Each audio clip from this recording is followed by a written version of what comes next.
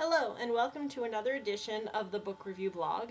I am your book reviewer, and today we're going to review the book It by Stephen King.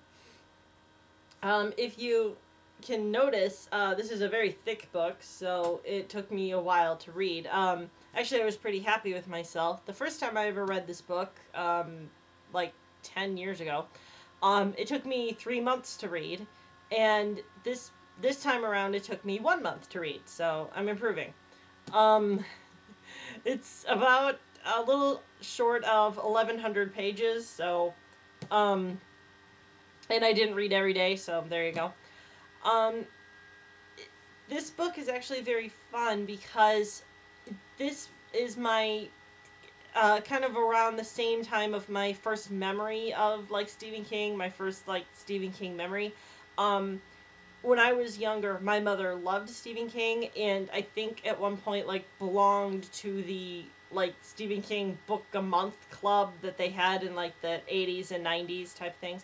And, so she would get these hardcover books, and one of the hardcover books she got was It.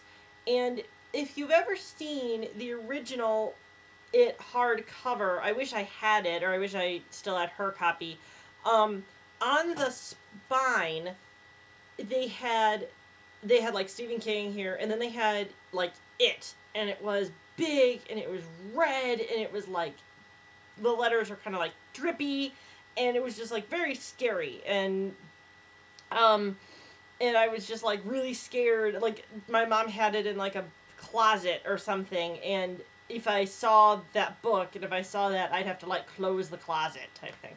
Anyway, so eventually I asked her what it was about, and she told me that it was about a clown. So, eventually I read it. And this book is a little difficult to review because it's so big, and because it's easy and it's difficult because, basically it focuses on 7 people, 7 friends, and the first time it focuses on them is in 1958 when they're all 11, or like 11 or 12. And they live in a city called Derry, Maine. And what's been happening in Derry is that the kids in Derry are disappearing. Some of them are disappearing and yet never found. Some of them are disappearing and found, dead. And one of the first one that you read about in this book is a boy named George Denbrough. And Georgie, which is what his name he goes by, is about 5 years old. And at the time, Derry has just come from being flooded. And so there's like water everywhere, and there's kind of like water going down Derry's streets into the sewers or drain pipes. And so Georgie has the idea to go and make a paper boat and go take it down the street. So he asks his brother Bill to make this boat and to go with him. However, Bill is stuck at home with the flu, and so Georgie goes alone. So he takes his boat and takes it down, and it's really fun, because it's going down the hill. And finally his boat gets stuck into the sewer, and so he's like really mad because Georgie's brother Bill made him this boat, and he loves his older brother and really wants to please him and blah blah blah. So Georgie's like reaching for his boat, and all of a sudden this clown shows up in this drain, and he's like, "Hello, Georgie." And Georgie's like, "I don't know you." And he's like, "Oh, yes, sure you do. I'm Pennywise the Clown, and I have what you want." And he holds up his boat, and he's like, "There's lots of things down here. I found all these things." And he holds up balloons, and he's like, "I can give you lots of balloons." And Georgie's like, "Do they float?"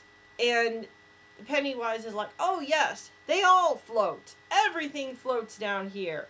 And sometime you can float too." And so Georgie's reaching for his boat, and all of a sudden Pennywise grabs his arm.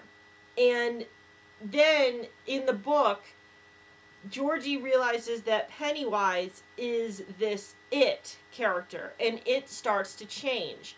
And then and Pennywise basically rips Georgie's arm off, and that's how Georgie dies. And one of the friends that I mentioned was Georgie's older brother Bill Denbrough, and he has friends named Eddie Kasprak, Ben Hanscom, Stan Uris, Richie Tozier, Beverly Marsh, and Mike Hanlon. And it starts, the time with Georgie is in like October of 1957, but the time that the book kind of gets going is about May or June of 1958, because the school is let out. And so, and again, people in their classes, like I said, have disappeared. So these are kids that these 7 people know about. And so basically, and because Bill has such a big connection with it because it killed Georgie, and so they decide that they are going to kill it. And the thing about it is that it's not a man by any sense. That's why it's known as it. But I hate to call it a shapeshifter because it's really not. But what it does is it takes shape of something that you are most afraid of, or at least for these 7 kids. And like Ben sees it as a mummy. Richie sees it as like the teenage wolf man because he was really into movies, and that's a movie that was playing. Mike sees it as a bird, and there's a bunch of other things that they see it as. I think for the kids who die, they see it as how Georgie saw it, as kind of like a happy little dancing clown.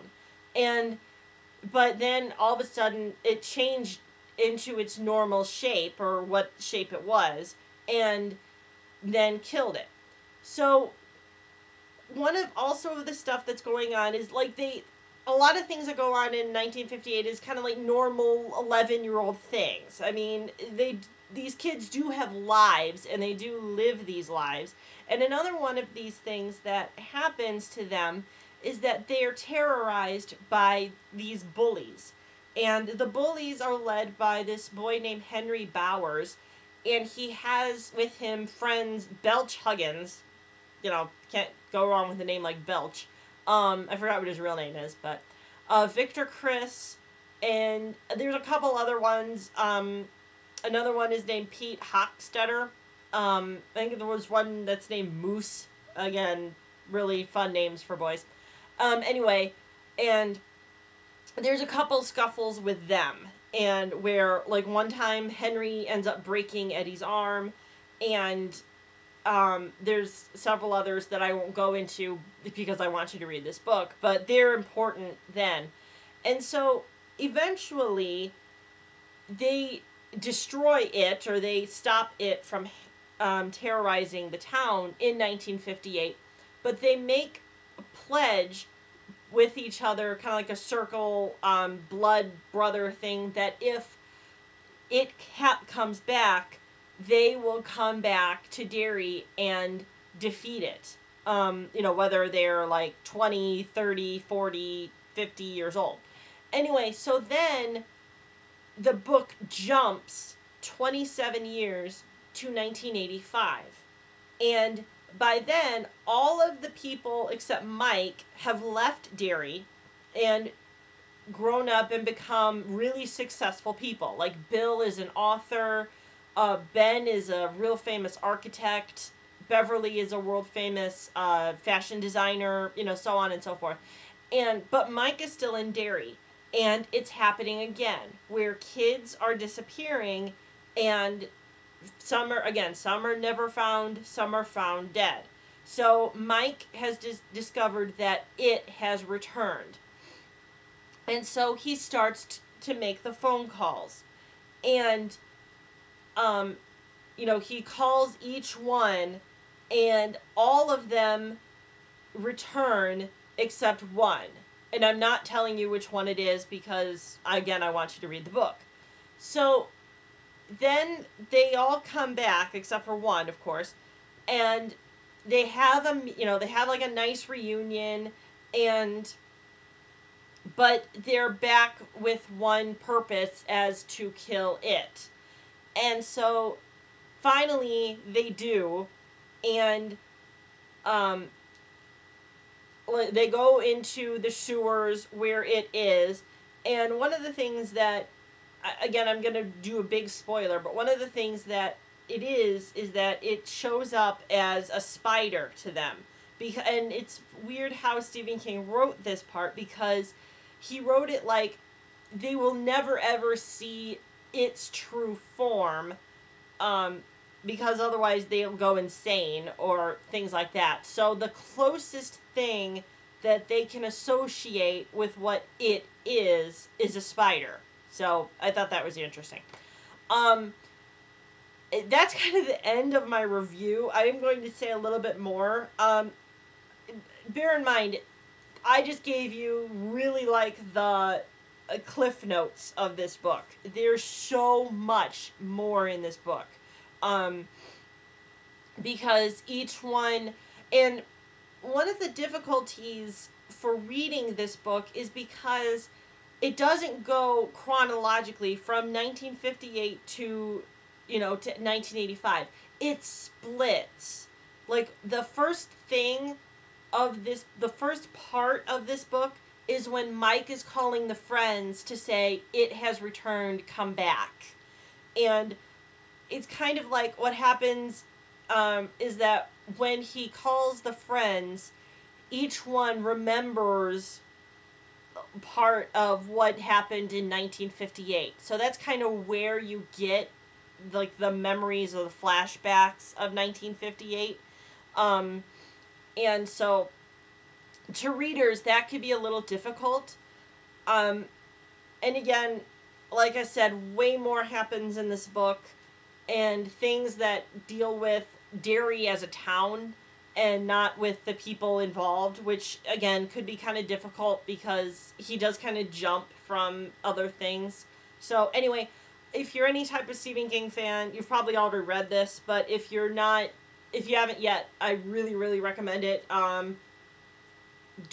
This isn't for like the first readers of Stephen King, because of its size, but another thing that I was thinking of when I read this book was that before I read this book, I had read a message board where some person said that they read this book at the age of 8, and that really struck me. And because there's so many things that an 8-year-old wouldn't even imagine or wouldn't even understand, bar the bad language that's used, that, you don't want an 8-year-old reading about. But, so I'd like to know what that person is doing now that they read it at 8. But, again, if you read it at a young age, that's your business. But it was just kind of funny that I thought that an 8-year-old read this long, very long book of almost 1,100 pages.